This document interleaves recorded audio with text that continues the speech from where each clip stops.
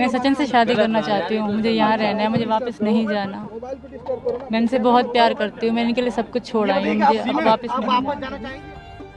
थोड़ा सा गैप दे दो यार प्लीज। पीछे पीछे पीछे पीछे पीछे।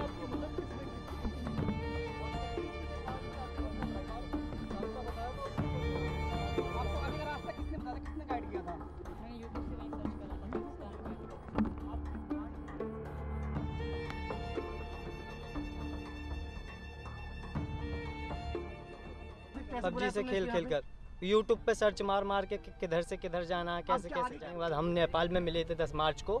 मिलने के बाद ये हम कुछ दिन वहाँ पर रहे, वो अपने यहाँ पर चली गई, हम अपने यहाँ पर आ गए। अब दोबारा आई थी वो यहाँ पर, हम इधर से इधर घूम रहे थे। घूमने के बाद पुलिस ने हम पकड़ लिए, पुलिस ने पकड़ने के बाद अब यहाँ पर हैं हम।